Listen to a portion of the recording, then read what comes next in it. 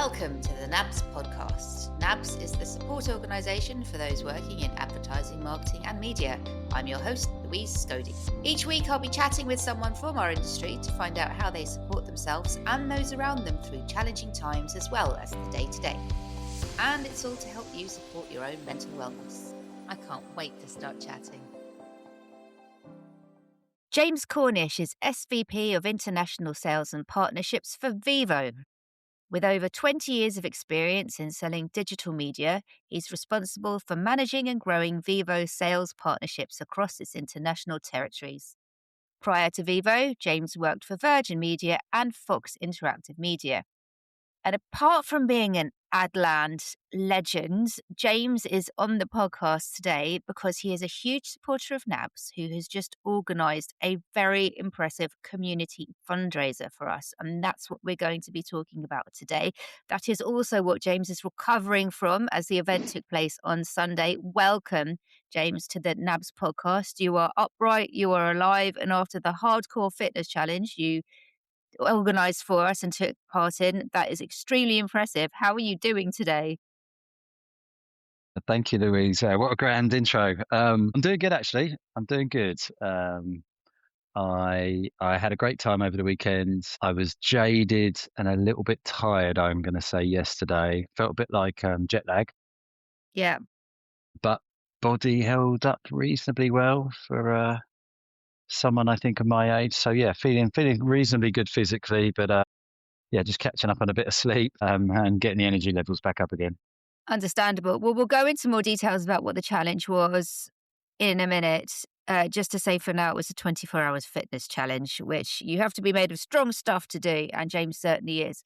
So before we go on to the challenge itself, tell us about a mental wellness challenge that you've had to face. Yeah, I mean, a few in recent years, I think. Possibly the thing that brought it to my attention, or sort of the management of my own mental well-being and health, probably no surprise, is exacerbated by lockdown. Mm. I would say I'm reasonably I'm an active person. I enjoy being around other people, which is a good job because of my work, and I guess the restrictions on being able to access those sorts of things and do those stuff that's important to you and you like, can become a bit overbearing.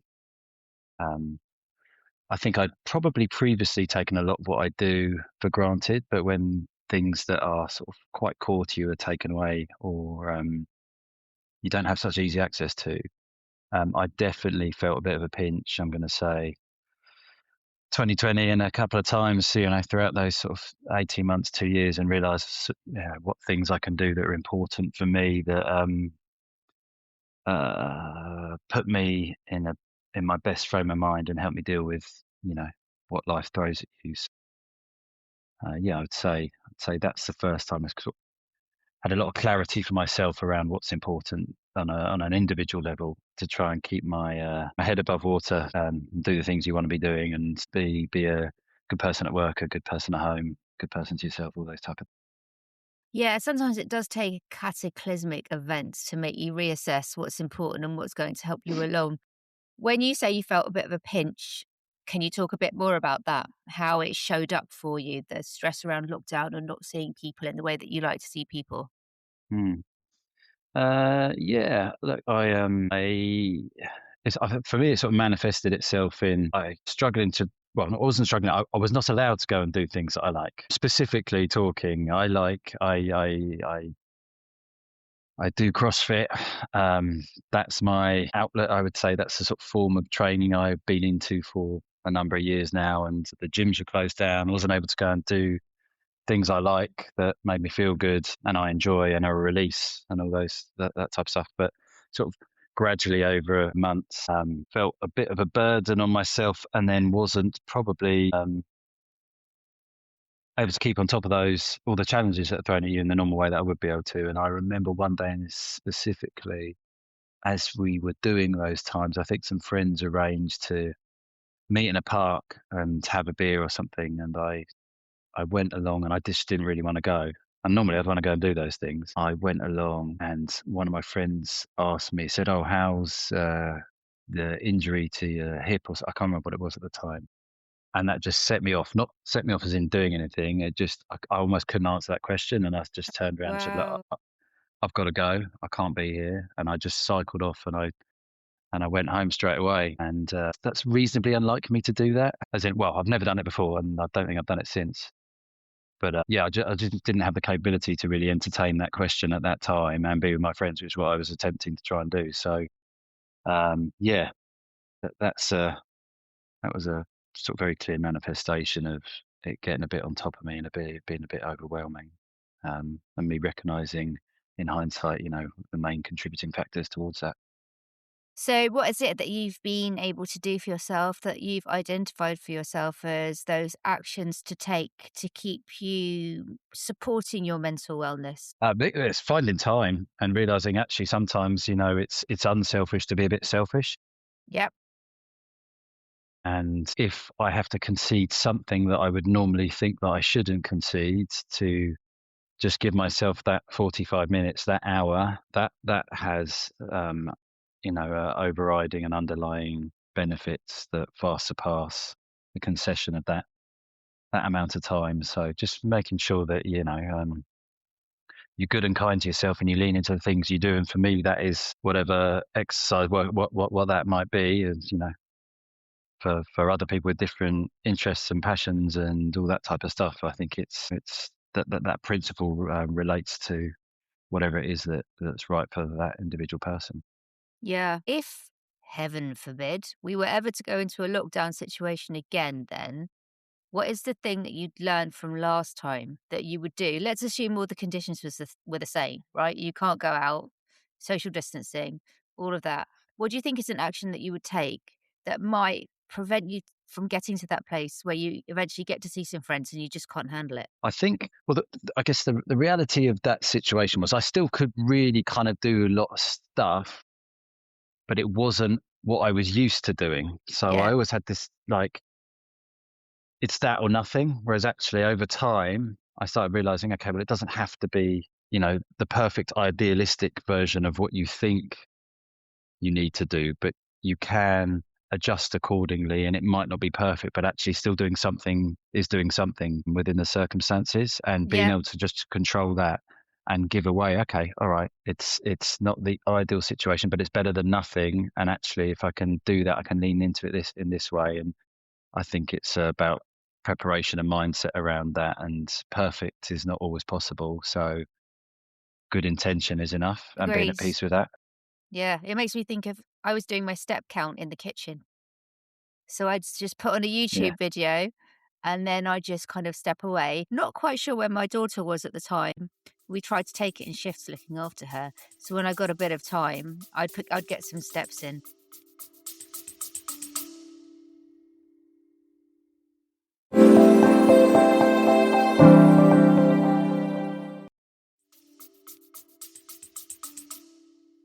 Yeah. That's exactly, isn't it? It's just finding a way, and it might not be, you might not be walking along like the coastline and seeing the sea and Yeah. those things, but you're getting the movement done, and you're doing it within the confines and the circumstances and the context that you're in, and that alone, I think, gives you the benefit that that you're looking for, or makes you feel at peace with at least you're trying and you're getting there and you're not going backwards. Yeah. And we talk a lot about NABS, about your circle of control, your circle of influence. What are the actions you can take within any set of circumstances or the thought processes you can investigate that you have mastery over? So you may not be able to go to CrossFit, but you can do some push ups, for example. Mm. Mhm. Like you, as you were saying before, it's coming to terms with I can modify and that's good enough. And how am I going to modify and what can I actually control? Happily, we've all been released Yeah. into the world like the animals we are, and you are back to CrossFit. And how? Because you've just organized the most extraordinary fitness challenge to raise funds for NABS. So, talk us through it. It's called the ATHX Challenge. It's just happened. You've just done it this weekend. Somehow you're not sitting in a bath crying and eating Mars bars, which is exactly where I would be had I done 24 hours of fitness. But we are where we are, which is you being impressive.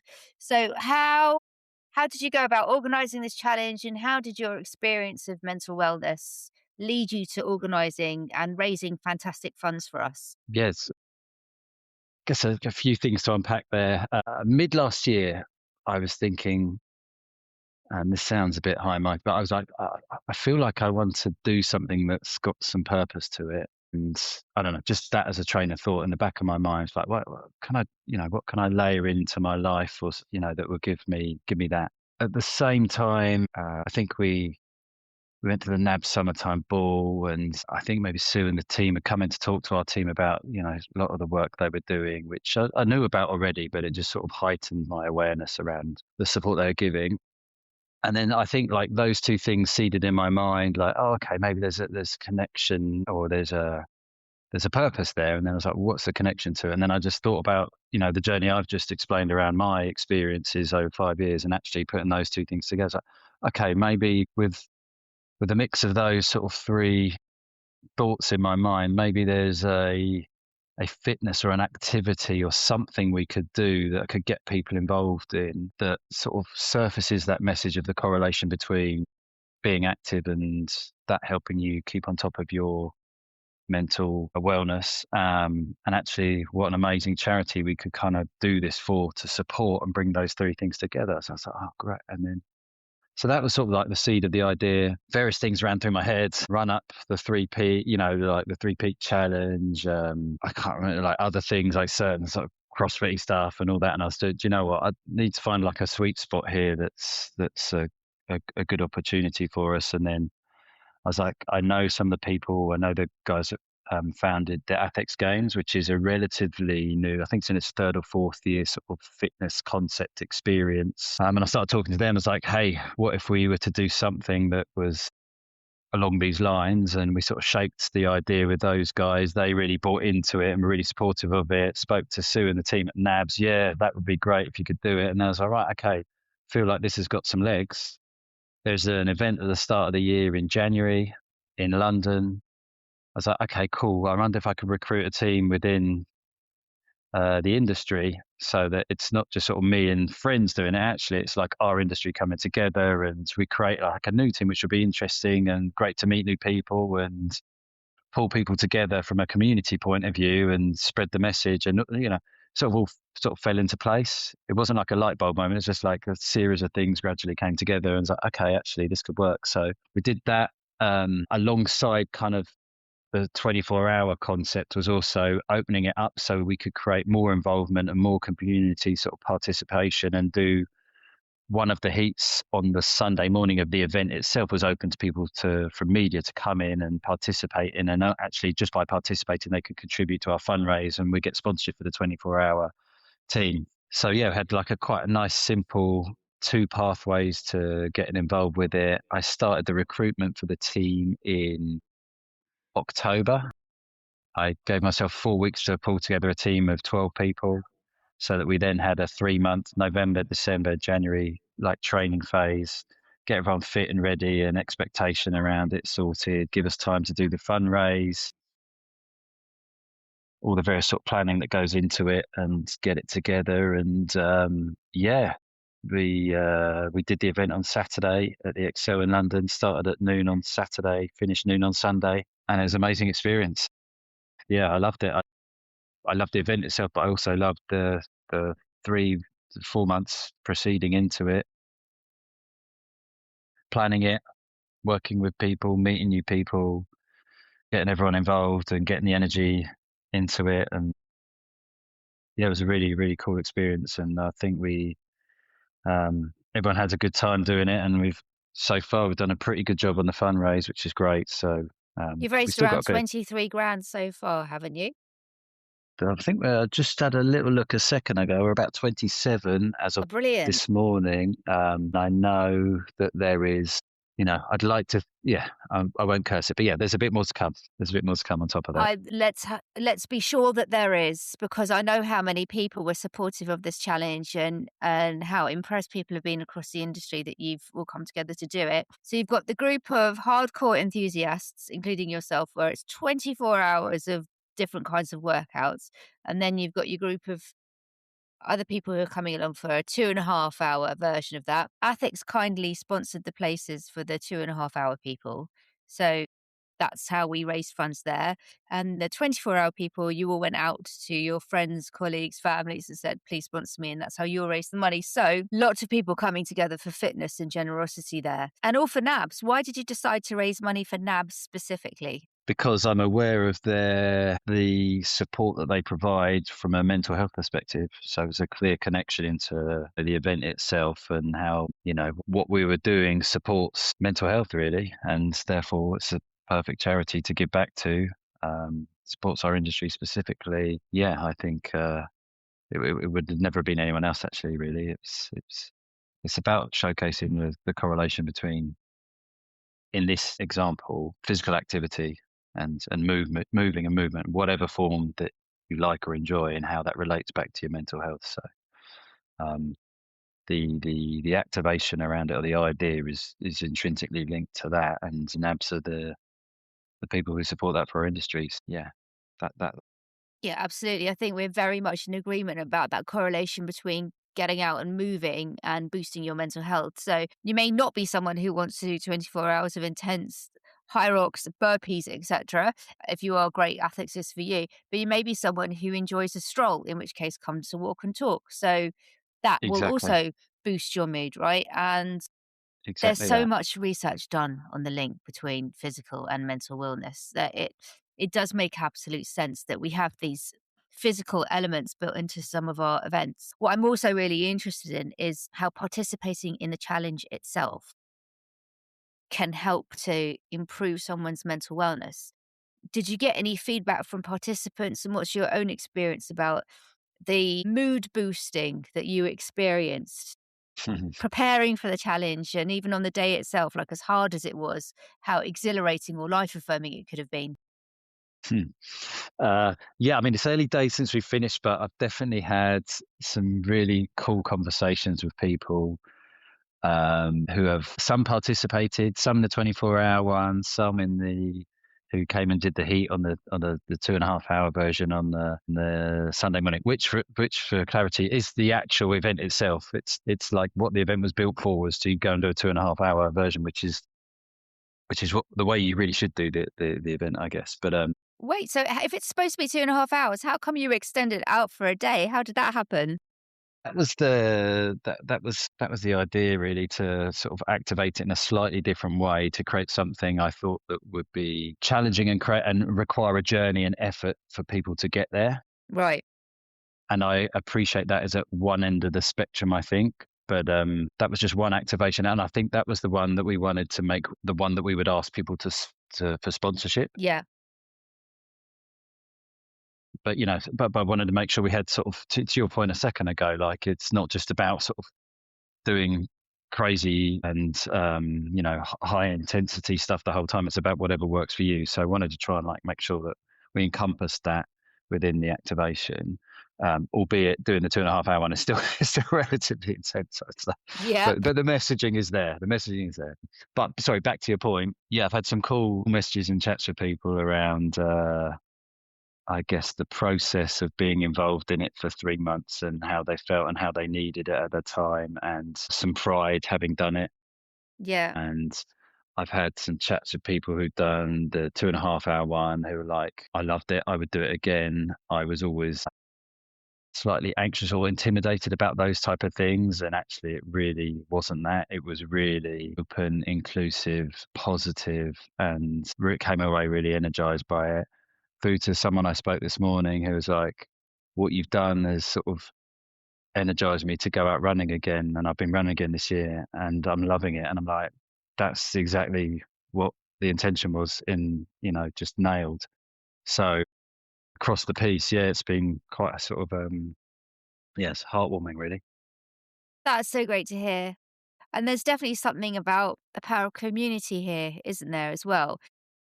Because at NABS, we really believe in the power of community. A lot of what we offer is based around bringing people together, whether that's bringing people together in one of our workshops for a learning experience, or bringing people together for an absolute laugh.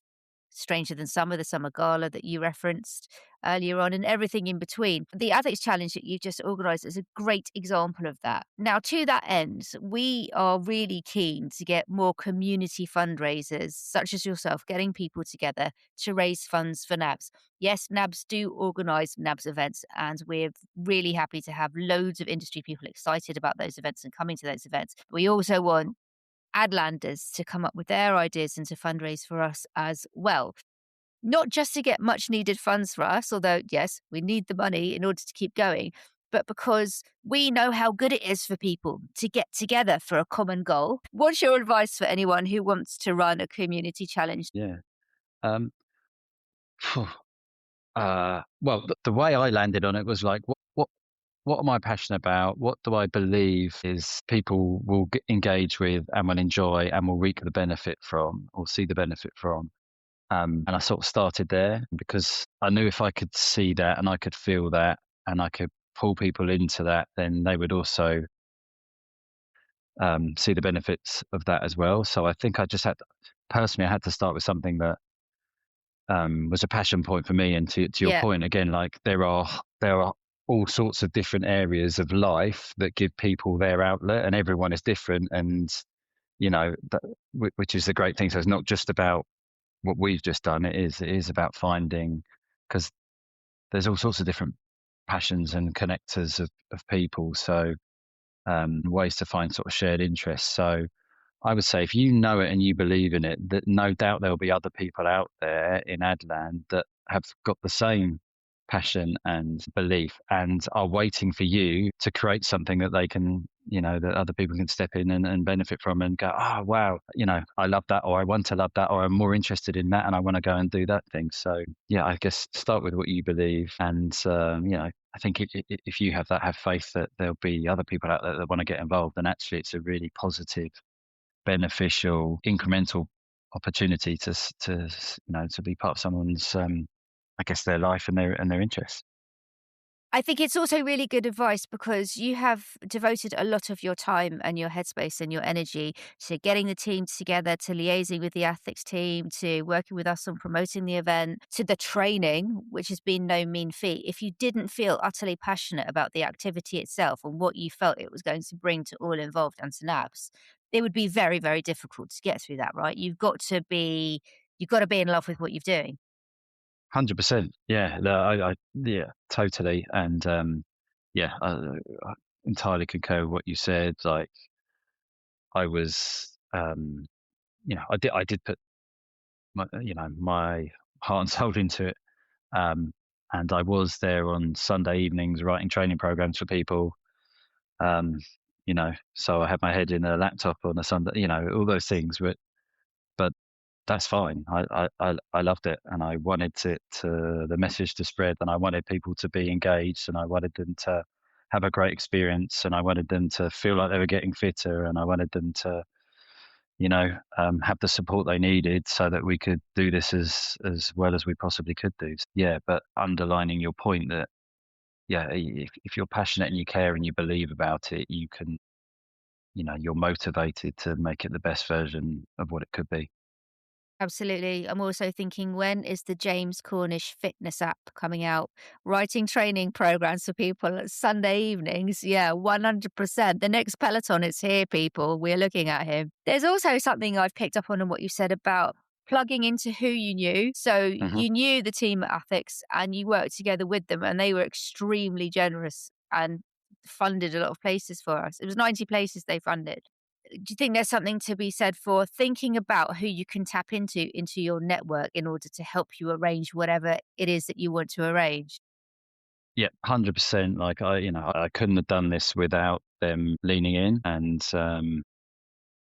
they, to your point, they lent in. They opened up the spaces for us, which is commercial disadvantage to them because those spaces would be contributing to their event otherwise. They got the Excel to stay open overnight for us on Sunday. They provided security, medical support. Like, it was, I could have done this and taken it to our local gym and just done it in there.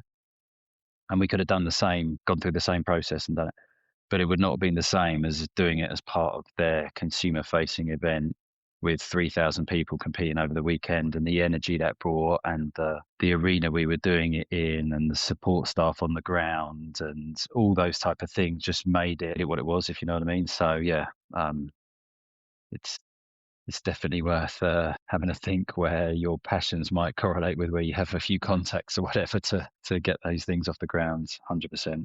Yeah, absolutely. So have a think about who you know and what they can offer in terms of support, infrastructure, exposure to the public at large. I was just going to say, I was also lucky. Like that's one part of it for this challenge specifically, but the other part is like contacts that I have through the industry and lots of other businesses and people working in those businesses are really supportive of me getting this off the ground and promoting it in their agencies, in their sales teams, whatever it might be, like to help me try and find the 12 people initially and the broader people that are getting involved and spread the messaging around how you can come and sponsor this team and it's for these causes, you know, contacts within sort of my working life as well. Really grateful to loads of people for helping us get it promoted. Yeah, really good tip. And huge thanks from NABS to everyone who helped support and to ATHX for getting this going because it's been such a huge success. What do you think were the most positive aspects of the project for you? I mean, aside from raising loads of cash for NABS, which we're so grateful for, and just getting a buzz of helping people to achieve their goals, you must feel a great sense of personal satisfaction, right? Like the year's only just begun and you've ticked off a massive goal. Yeah, yeah. I'm really pleased with how it went. I've spent 48 hours sort of dissecting it in my mind, and yeah, if you, I'm a bit of a perfectionist. Probably back to the original question you asked me around, like, oh, something's taken away from you, and it's like that's perfect, and that's what I have to have. You have to learn, like, it's not always possible, but yeah, I'm really pleased with how it went overall. I'm proud of everyone that put their hands up and stepped in and got it done, which is great to feel that way after it and seeing like how some of the people where they started and how everyone got through it and we all finished it. And one of the things my wife did it with me, Gabby did it. She was part of the 12 and we were sat at home and she was like, it was amazing. Not one person moaned once in 24 hours about anything. So I was like, you're right. No one did. They just sort of got on with it. And I was like, that's pretty cool, isn't it? And yeah, a couple of messages I've got from people have been, yeah, just made it all worthwhile, made it all worthwhile because I think they had a good experience and it satiated something for them personally, being part of the team and having a focus for stuff. So yeah, I'm just delighted by that really. Those are two really great mental wellness support mechanisms. Having a focus, getting together with other people, having something to strive for, coming together. It's all perfectly nabsy. So we're very, very proud of you. We're very, very proud of everyone who took part, and we're ever so pleased. I shall wait until Thank you. your muscles have stopped aching before I ask you if you're thinking of running this again. At the moment, you need a good massage, James. But I'll just have one more question for you before you go and flop. How does the Adland community lift you up? Well, the way they rallied around this was amazing and sort of repeat myself a little bit on what we talked about a second ago in terms of just the people that advocated for, supported, sponsored, spread the message, and were bothered to do so. Like there's a lot going on. People have busy lives, and to just take time and do those stuff for me and to help me get this off the ground is really touching. The people that were anxious around getting involved and coming being part of the heat on the Sunday morning. There's a few people in the team here who I practically bullied into taking part. No, I'd say that you asked them politely, perhaps I repeatedly. encouraged, but I remember chatting to him and I was like, I really think you're going to enjoy it. Like, don't stress. I just really hope you come away and go, actually, that was quite cool. And that's exactly what they've all said. I loved it. I'll do it again. It was not intimidating. Like it's a new dimension to something I've never thought about. So that was cool. And then everyone who got involved and took part in the 24-hour challenge as well was their own little community during the event itself and in the build up to it, but came together amazingly. And I had a really nice moment when we finished at 12 o'clock on Sunday, all just standing around. We had little celebrationary drink and just chatting to people who had done either version, and we're all there together. Lots of people had put themselves through the ringer. Some people had been up for 24 hours, and it was just a really happy, positive vibe, and had some lovely conversations, and that was quite overwhelming in a good way. Awesome. I can feel it. Do you know, I can feel it just listening to you. Look, I It was think lovely. that is such a brilliant, uplifting note to end on. If James runs it again, no pressure. And if you think you might be interested, look, you can hear it for yourself. There's just so much to be gained from taking part. And maybe there'd be another community fundraiser that you want to set up yourself or join in with instead of this. It depends, whatever floats your boat. Keep your eye on the NABS website. But also, if there's something that you want to do, get in touch with our events team for a chat. I will post the link in the show notes for you.